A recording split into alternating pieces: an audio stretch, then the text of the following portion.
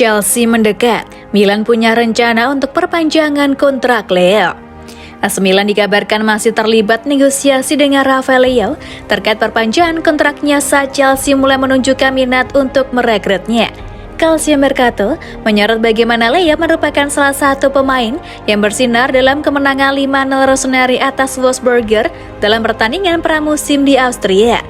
Sang pemain berhasil mencetak gol pertama klub dan menunjukkan bahwa ia dalam kondisi terbaik selama 45 menit bermain bersama Theo Hernandez di sayap kiri pasukan Stefano Pioli. Beberapa ketertarikan telah datang dari klub lain untuk memboyong winger 23 tahun tersebut, khususnya dari Chelsea. Sementara itu, negosiasi perpanjangan kontraknya masih belum kandas dan tampaknya tidak akan selesai dalam waktu dekat ini. AC Milan dikabarkan masih terlibat negosiasi dengan Rafael Leao terkait perpanjangan kontraknya saat Chelsea mulai menunjukkan minat untuk merekrutnya. Calcio Mercato menyorot bagaimana Leao merupakan salah satu pemain yang bersinar dalam kemenangan 5-0 Rossoneri atas Wolfsburger dalam pertandingan pramusim di Austria. Sang pemain berhasil mencetak gol pertama klub dan menunjukkan bahwa ia dalam kondisi terbaik selama 45 menit bermain bersama Theo Hernandez di sayap kiri pasukan Stefano Pioli. Beberapa ketertarikan telah datang dari klub lain untuk memboyong winger 23 tahun tersebut, khususnya dari Chelsea. Sementara itu, negosiasi perpanjangan kontraknya masih belum kandas dan tampaknya tidak akan selesai dalam waktu dekat ini.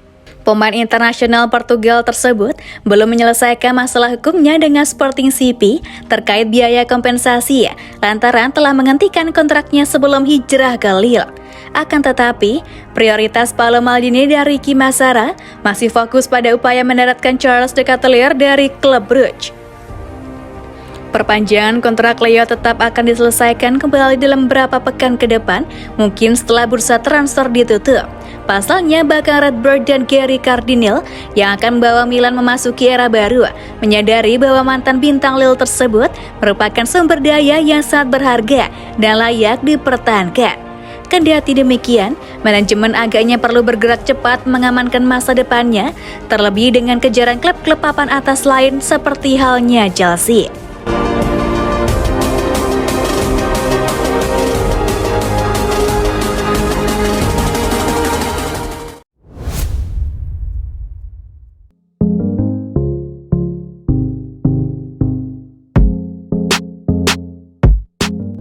Target terbaru AC Milan, percepat kesepakatan bek tengah.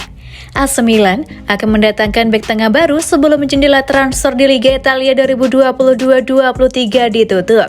Ini target terbaru Rossoneri. Tim Liga Italia AC Milan diperkirakan akan mendatangkan bek tengah sebelum jendela transfer ditutup dan mereka telah mengidentifikasi Javet Tenganga sebagai target utama mereka.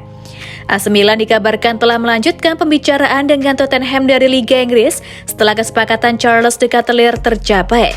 Dilansir dari Sempre Milan Sabtu 30 Juni, Rossoneri telah dikaitkan pemain Inggris ini di masa lalu dan juga dalam beberapa minggu terakhir. AC Milan tertarik untuk membawa bek tengah untuk menggantikan kepergian Alessio Romagnoli. Setelah kesepakatan Charles de Ketelaere tampaknya sudah selesai, mereka dapat fokus pada hal ini di bursa transfer untuk posisi pemain bek tengah. Menurut Darmar Shed dari Sky UK, AC Milan akan segera melanjutkan pembicaraan dengan Tottenham mengenai penandatanganan Tenganga. Spurs cenderung mendukung kesepakatan permanen meskipun pembicaraan awalnya adalah tentang pinjaman. Selanjutnya, Tenganga mendorong untuk pindah. AC Milan kemungkinan besar akan menerima formula permanen selama bandrol harganya tepat dan sesuai kantong Rossoneri. AC Milan juga dikabarkan tertarik untuk mengontrak bek Manchester United di Liga Inggris Eric Bailly. Menurut kabar dari The Athletic, AC Milan tertarik untuk mengontrak Bailly karena mereka berada di pasar untuk bek tengah baru.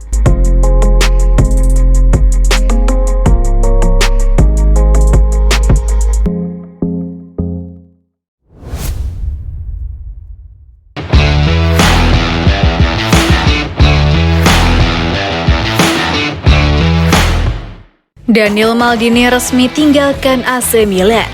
Daniel Maldini telah resmi merampungkan proses kepindahannya ke Spezia dengan status pinjaman selama 1 musim. Dia adalah anggota pertama dari keluarga Maldini yang bermain untuk klub Serie A yang berbeda dari Milan.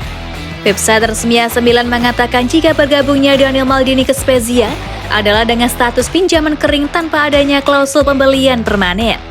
Gelandang kreatif berusia 20 tahun itu adalah putra dari Direktur Paolo Maldini dan cucu dari legenda Milan Cesare Maldini.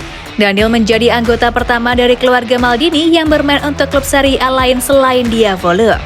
Untuk diketahui, Daniel juga memiliki saudara laki-laki Christian Maldini yang saat ini bermain di Serie C bersama Proseste dan tidak pernah melakukan debut kasta teratas sepak bola Italia. Sang kakek Cesare Maldini menghabiskan waktu bermain untuk Foggia, Ternana dan Parma, tapi hanya di Serie B bukan di Pentas Serie A. Daniel Maldini telah membuat 15 penampilan di Serie A sejauh ini dalam karirnya dengan mencetak 1 gol. Anehnya, klub yang ia bobol itu adalah klub barunya saat ini Spezia yang ia lakukan pada September 2021.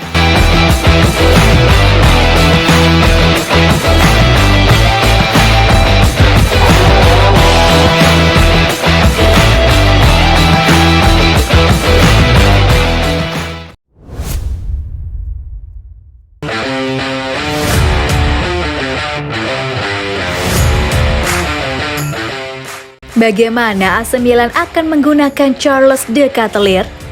Charles De Ketelaere akhirnya menuju ke AC Milan setelah kesepakatan lebih dari 35 juta euro tercapai dengan klub Bruges.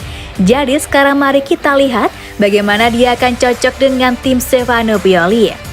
Negosiasi berlangsung selama berbulan-bulan dan akhirnya selesai dengan kesepakatan senilai 32 juta euro ditambah bonus 3 juta euro dan potongan 15% dari biaya transfer di masa depan. Pemain berusia 21 tahun itu diharapkan tiba di Italia malam ini atau besok, di mana ia akan menjalani tes medis paling lambat pada hari Minggu atau Senin. De Ketelaere kemudian akan menandatangani kontrak berdurasi 5 tahun dengan gaji sebesar 2,2 juta euro per musim termasuk bonus. Charles De Ketelaere adalah pemain serbaguna yang dapat bermain dalam beberapa posisi untuk tim yang dia bela. Di AC Milan, rencananya pemain sepak bola berusia 21 tahun itu akan ditempatkan pada posisi trequartista, berada di tengah antara sayap kiri yang Yoni Leo dan kanan yang kabarnya Milan masih memburu Hakim Ziyech. Charles De Ketelaere secara efektif akan menggantikan Brahim Diaz yang telah mengecewakan selama setahun terakhir, tidak pernah benar-benar pulih performanya setelah tertular COVID-19. Namun De Ketelaere juga bisa bermain di sebelah kanan trio penyerang di sebelah striker karena ia berkaki kiri atau bahkan sebagai penyerang tengah. Dengan Zlatan Ibrahimovic absen hingga 2023 dan Divock Origi juga baru pulih dari cedera, itu berarti De Ketelaere adalah alternatif utama bagi Olivier Giroud. Menilik statisnya untuk klub Bruges, pemain internasional Belgia itu tentu bisa berkembang sebagai seorang striker murni. Dia mencetak 18 gol dan memberikan 10 assist musim lalu ketika dia banyak digunakan sebagai seorang penyerang tengah. Sebelum diplot sebagai seorang striker tengah, Ketelaere hanya memiliki 5 gol dan 8 assist saat dimainkan lebih dalam. Kini terserah pada Pioli untuk menempatkannya pada peran apa. Yang jelas posisi Brahim Diaz benar-benar terancam kali ini.